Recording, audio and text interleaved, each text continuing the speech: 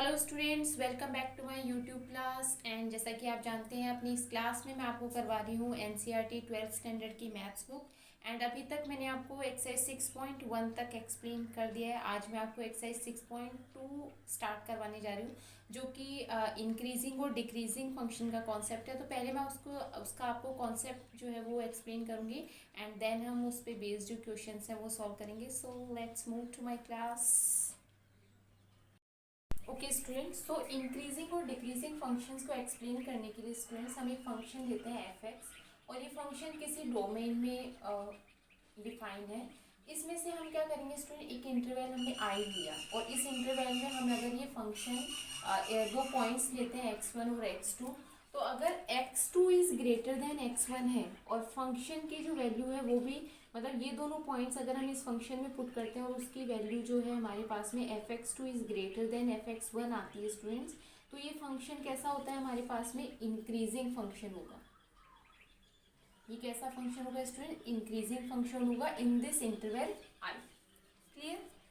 अगर x2 is greater than x1 है और f(x2) is greater than f(x1) हमारे पास में आता है, तो ये फंक्शन कैसा होता है, इंक्रीजिंग फंक्शन होता है। जैसे सपोज अगर आपने ये दो जो पॉइंट्स हमने दिए, ये सपोज आपने ले लिया कि 2 और 3 दो पॉइंट्स ले लिए, तो 3 इज ग्रेटर देन 2 है हमारे पास में, तो अगर f3 is greater than f2 हमारे पास में आ जाता है। जो भी फंक्शन आपको गिवन है उसमें जब आप ये पॉइंट्स पुट करते हो और उसकी वैल्यू भी हमारे पास में ग्रेटर देन आती है, तो वो फंक्शन हमारे पास में क्या होता है, इंक्रीजिंग फंक्शन होता है। राइट? अगर उसी से अपोजिट अगर ऐसा हो कि x2 is greater than of x1 रो, और उसमें फंक्शन की वैल्यू पुट करने पे, मतलब ये जो है वो अगर आपके पास में f(x2) जो है वो लेस देन f(x1) आ जाए, मतलब आप ये जो पॉइंट्स है वो इंक्रीजिंग लो और उसकी वैल्यू आपके पास में डिक्रीजिंग आ जाए, तो फिर वो फंक्शन कैसा हो जाता है स्टूडेंट, डिक्रीजिंग फंक्शन हो जाता है। क्लियर?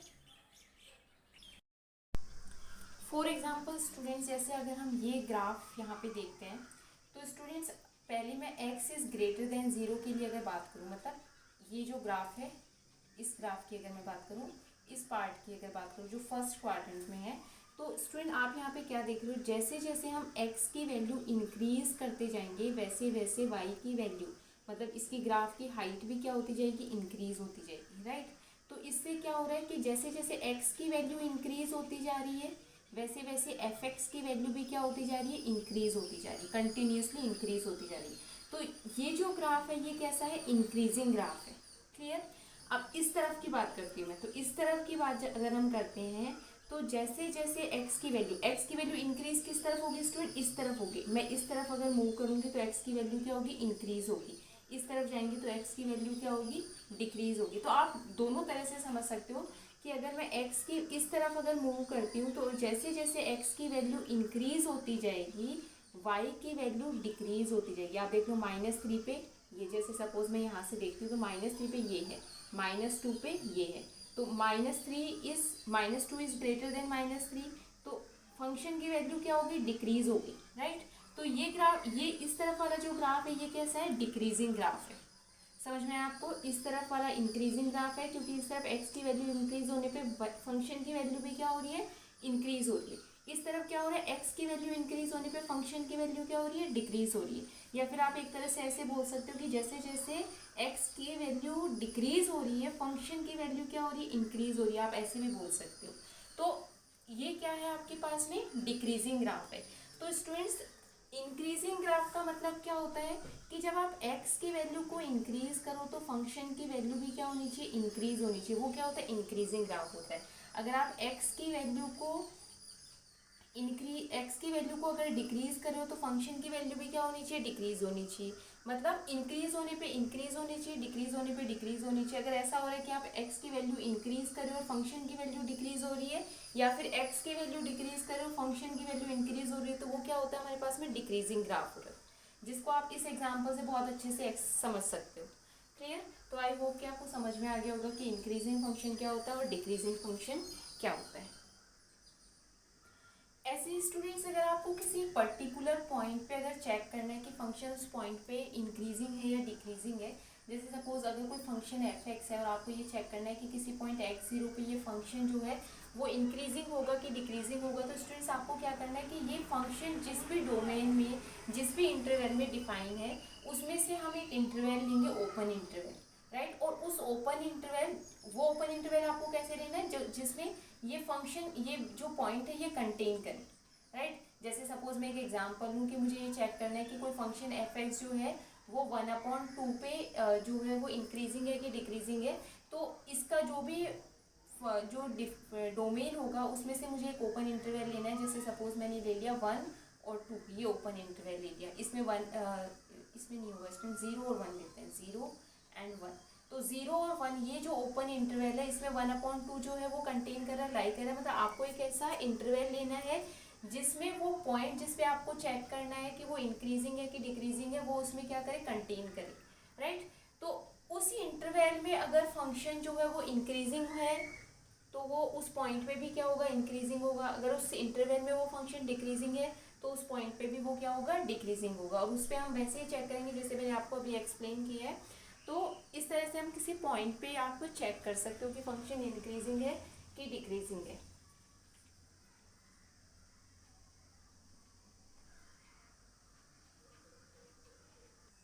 ओके स्टूडेंट्स, अब स्टूडेंट्स आप हम डिफरेंशिएशन का जो कॉन्सेप्ट है उससे हम कैसे चेक करते हैं कि फंक्शन इंक्रीजिंग है, डिक्रीजिंग है या फिर कांस्टेंट है किसी इंटरवल में।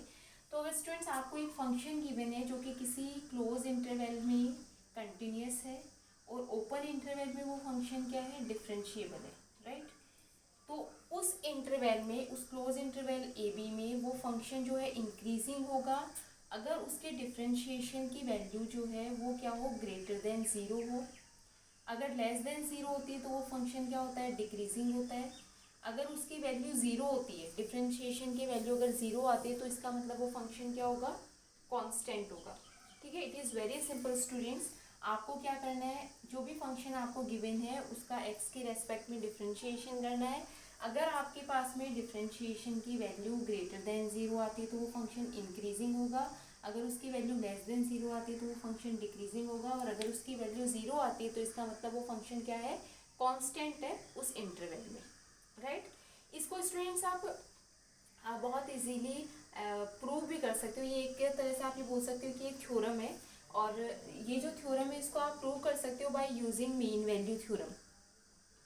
तो आपको याद होगा स्टूडेंट, मैंने आपको मीन वैल्यू थ्योरम जो है वो एक्सप्लेन किया था, और उसमें हमारे पास में यही कंडीशन होती है कि if f is continuous on a closed interval a b and f is differentiable on a open interval a b, then there exist a point c such that f dash c equal 0 या greater than 0। F dash c जो है वो हमारे पास में क्या होता है, 0 होता है, ठीक है स्टूडेंट्स। तो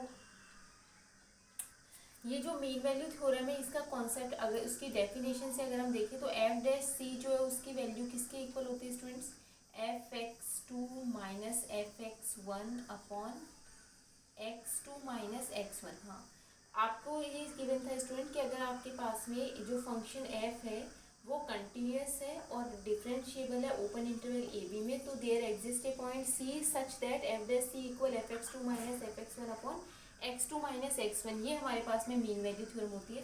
सॉरी स्टूडेंट्स, मैंने पहले जो है आपको रोज थ्योरम का जो स्टेटमेंट है वो बता दिया था। तो मीन वैल्यू थ्योरम हमारे पास में ये होती है।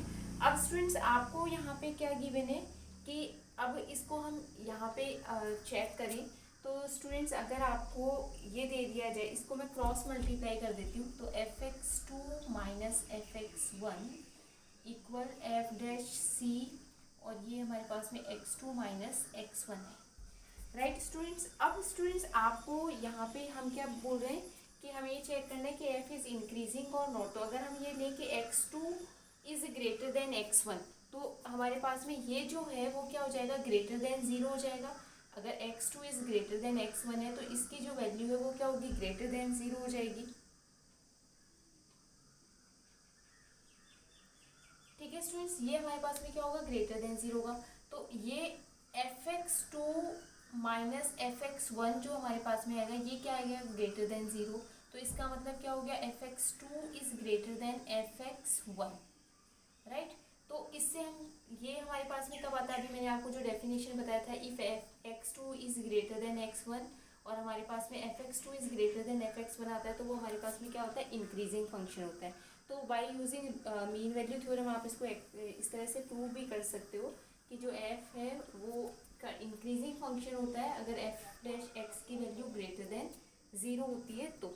और स्टूडेंट यहाँ ये भी आप यूज़ कर सकते हो कि जो एफ डैश एक्स है वो हमारे पास में क्या है, ग्रेटर देन ज़ीरो है।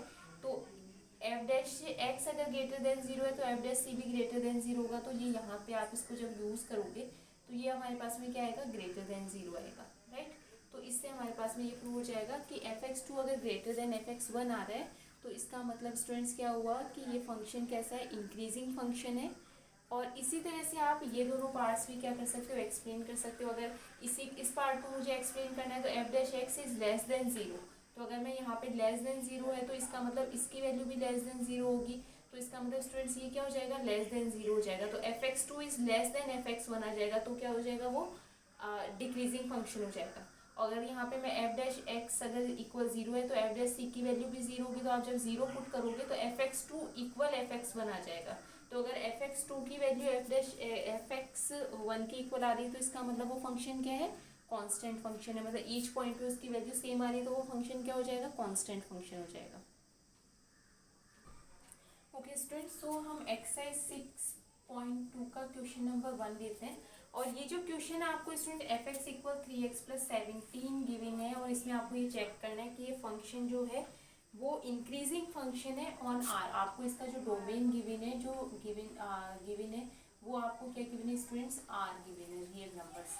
तो स्टूडेंट इसको आप अगर डेफिनेशन से इसको प्रूव करना चाहते हैं तो डेफिनेशन से भी चेक कर सकते हैं। डेफिनेशन हमारे पास में क्या होती है स्टूडेंट्स कि अगर मैं x1 और x2 दो पॉइंट्स लूँ जो कि इसके डोमेन में डोमेन से हमने लिए हैं, तो अगर आपने ये x1 is less than x2 है, मतलब x2 is greater than x1 है, ये दोनों पॉइंट्स है, तो ये दोनों पॉइंट्स को अगर आप फंक्शन में पुट करते हो तो आपके पास में fx1 की वैल्यू स्टूडेंट्स क्या आएगी, आपके पास में 3x1 प्लस 17।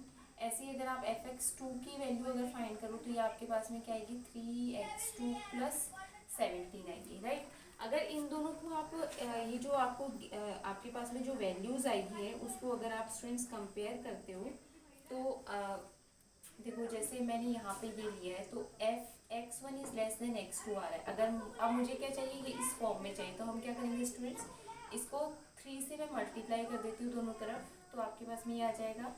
इसको 3 को मल्टीप्लाई करने के बाद में अगर मैं दोनों तरफ 17 इसमें ऐड कर दूँ तो भी ये सेम ही रहेगा, राइट। अब ये वैल्यू आपके पास में किसकी है, fx1 की, तो fx1 हम लिख देते हैं। और ये वैल्यू आपके पास में किसकी है, fx2 की वैल्यू है। तो स्टूडेंट्स आप यहाँ पे क्या देख रहे हो कि आपने क्या लिया था, x1 is less then x2 लिया था, और यहाँ पे आपके पास में fx1 is less then fx2 आ रहा है। आप इसको ऐसे भी बोल सकते हो कि x2 is greater than x1 आपने लिया था और आपके पास में fx2 is greater than fx1 आ रहा है, तो इसका मतलब ये फंक्शन क्या है, इंक्रीजिंग फंक्शन है। क्लियर। इस क्वेश्चन को स्टूडेंट्स आप जो थ्योरम मैंने आपको बताया था थ्योरम से भी एक्सप्लेन कर सकते हो कि अगर आपके पास में एफ डैश एक्स की वैल्यू जो है वो ग्रेटर देन जीरो आती है तो वो फंक्शन आपके पास में क्या होगा, इंक्रीजिंग फंक्शन होगा। तो अगर मैं यहाँ पे एफ डैश एक्स इसका फाइंड करूँ तो स्टूडेंट्स इसका क्या आएगा, आपके पास में 3 आएगा, और 3 जो है वो क्या है, ग्रेटर देन जीरो है, तो ये फंक्शन क्या है, इंक्रीजिंग फंक्शन है। तो आप ऐसे भी चेक कर सकते हो और बाय डेफिनेशन भी आप इसको चेक कर सकते हो। अब स्टूडेंट्स ये सेकंड क्वेश्चन है। सेकंड क्वेश्चन को भी आप डेफिनेशन से भी कर सकते हो, वैसे भी कर सकते हो। आपको ये गिवन है इंक्रीजिंग ऑन आर, आपको इसमें भी जो डोमेन है वो आर ही गिवन है स्टूडेंट। तो अगर मैं इसको डेफिनेशन से चेक करूँ तो स्टूडेंट जैसे x1 और x2 आपने दो पॉइंट्स ले लिए और इन पॉइंट्स पे अगर आप चेक करो इसको तो आपने ये पॉइंट्स इस तरह से लिए कि x1 is less than x2। तो अगर मैं इसको दोनों तरफ, ये फंक्शन आप बनाने के लिए आपको क्या करना पड़ेगा स्टूडेंट, दोनों तरफ अगर मैं इसको 2 से मल्टीप्लाई कर दूँ तो भी ये फंक्शन जो है वो ऐसा ही रहेगा। अगर 2 से मल्टीप्लाई करने के बाद में अगर मैं दोनों तरफ एक्सपोनेंट दे दूँ तो e raise to power 2 x1 is less than e raise to power 2 x2 ऐसे भी आप लिख सकते हो। और ये किसकी वैल्यू है स्टूडेंट्स, fx1 की वैल्यू है, इज लेस देन fx2 आपके पास में आ रहा है, तो इसका मतलब ये फंक्शन कैसा है, इंक्रीजिंग फंक्शन है। अगर आप इसको थ्योरम से एक्सप्लेन करना चाहते हो तो आप इसको fx आपको क्या गिवन है, e raise to power 2x given है, और f डैश x आपके पास में क्या आ जाएगा स्टूडेंट्स, ये ई रेज टू पावर 2x और ये 2 आ जाएगा, ठीक है। तो ये आपके पास में स्टूडेंट्स क्या आएगा, ग्रेटर देन 0 आएगा, क्योंकि ई रेज टू पावर 2x जो होता है वो इंक्रीजिंग फंक्शन होता है, तो 2 से मल्टीप्लाई होने के बाद भी वो हम आपको ग्रेटर देन 0 ही वैल्यू देगा, तो ये इंक्रीजिंग फंक्शन है, तो आप बोल सकते हो कि ये क्या है, इंक्रीजिंग फंक्शन है।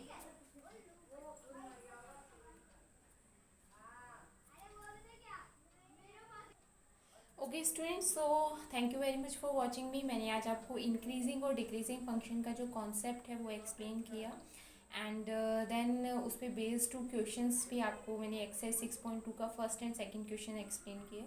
सो आई होप कि आपको इसका कॉन्सेप्ट और इसको हम कैसे सॉल्व करते हैं क्वेश्चंस को, ये समझ में आया होगा, और दोनों क्वेश्चंस भी आपको समझ में आए होंगे। तो if you like my channel then please like it, share it and subscribe it's, and thank you very much for watching me. So till then bye bye, और मिलते हैं हम अगली क्लास में। अगली क्लास में आपको इसके नेक्स्ट क्वेश्चंस करवाऊँगी, तो बने रहिए मेरे साथ में।